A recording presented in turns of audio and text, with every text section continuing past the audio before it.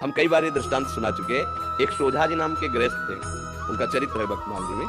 वो महाभागवत थे। उनका ब्याह हुआ, पत्नी हुई, एक संतान हुई। जब संतान हुई तो उनको पत्नी को प्रसव पीड़ा में बहुत कष्ट होता है। उसका रोना चिल्लाना ये सब सुन करके जब प्रसव हो गया, बच्चा कुछ समय का हो गया, तो उनका जीवन में दोबारा में गर्भ धारण करने की चेष्टा नहीं करूँ, क्योंकि बहुत कष्ट होता है। और अब मैं ऐसे संसार से विरक्त भाव में भजन करना चाहता हूँ। अब नहीं। पत्नी से प्रार्थना की कि तुम्हारा पाणी ग्रहण किया है, इसलिए तुमसे हम अनुमति मांगते हैं या हमारे साथ चलो।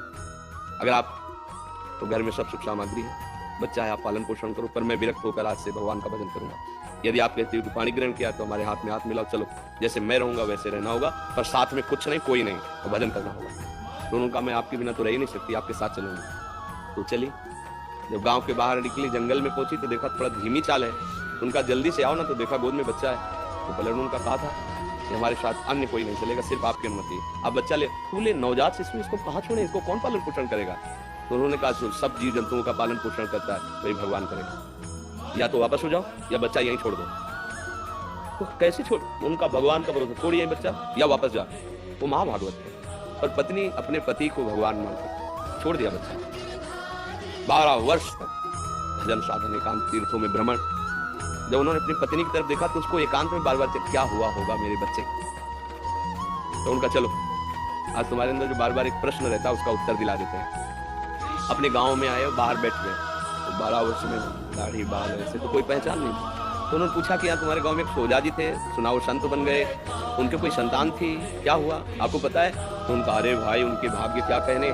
सोजा जी को जब जाते हुए सुना तो यहाँ का जो राजा था वो बड़ी श्रद्धा रखता था, तो उसने घुड़सवार दौड़ाए। सोजा जी तो मिले नहीं, लेकिन उनका लड़का मिल गया जंगल में, उसको उन्होंने रख लिया। उनके कोई लड़का नहीं था, तो अब युवराज पद पर होता है। बोले अच्छा अच्छा अच्छा, और वापस हो गए। पत्नी इसका देखा, घर में रहते तो हम गरीब किसान थे, लड़के को क्या बना पाते, लेकिन भगवान के हुए तो क्या बना, युवराज, और आगे चलकर वही राजा बनेगा। आप चिंता मत कर, चुपचाप भजन कर। ना कोई जंगली पशु पक्षी खा पाया बच्चे को, ना कोई हानि पहुंची। और अरे सर्वरक्षक भगवान, भरोसा भगवान का। तो तुम माँ हो, तुम्हारा सोचना ऐसा ठीक ही है, और वो मोह के कारण भगवान विश्व के माता पिता, तुम्हें वो माता जब पिता तुम, वो विश्व का पोषण करे। देखो पशु पक्षियों का, कितने सुंदर सुंदर पक्षी, और जंगल में रहते हैं, हष्ट पुष्ट रहते हैं, कोई उनकी दवा करने वाला नहीं। रहीमन बहु भेषज करत, व्याधि न छाणत साथ, खग मृग बसत अरोग, हरि अनाथ के नाथ। उनकी कौन दवा करता है, कौन भोजन, ताल हाष्ट पुष्ट स्वस्थ। भगवान पूरे विश्व का भरण पोषण करते, आपकी संतान का भी भरण पोषण करेंगे। इस बात से डरो मत, भजन परायण रहो। जब तक श्वास है तब तक उनकी सेवा करते रहो, नहीं तुम्हारी जहां तक सेवा संपूर्ण भगवान के चरणों में समर्पित कर दो। प्रभु अब आप देखना, हम तो आपके विधान के अनुसार जा रहे हैं, लेकिन ये जो सेवा है आप संभालना, भगवान संभाल लेंगे।